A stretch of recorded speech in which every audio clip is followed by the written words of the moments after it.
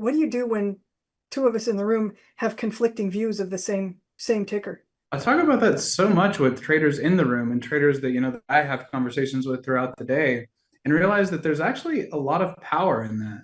You would think you come to listen to a group of people and it's like, oh, they're all gonna, they're studying one methodology, they're all gonna think the same way. But you actually are going to learn more when you see that conflicting opinion. And when you think about trading options, it's kind of like playing a 3D chess game. Like there's a lot of different ways where we could all be right. So, he might make money and our spread might make money too. The beauty of if there's two people that have different opinions is exactly that, because on a trade there are two sides to every trade, and there could be something that's making new highs and somebody loves it long, and someone else may be watching it going like, yeah, volume's dropping out, whatever, I'm going to buy puts.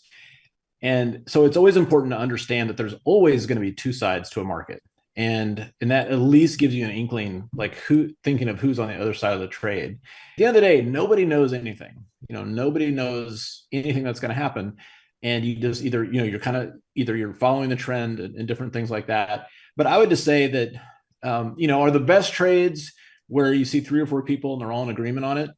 I think that's fair to say, but also just kind of, it's another factor in the market. And I think it's actually super valuable to see what is the person, because if you're buying something, someone else is selling it to you. So why is the other person, what makes you think you're right and that the other person on the other side of the trade is wrong? And so it's good to also kind of have that dialogue as well. It's healthy. And, I would say it goes back to each person trading has to narrow down their trading style and their time frame. So if you are like, man, I just every time I do a butterfly, I get whacked. I don't like doing that. Just don't do them. I mean, find something that's working for you. Or, I love following whoever, but the time frame, they're in and out and, 10 times a day, whatever. I just can't do that.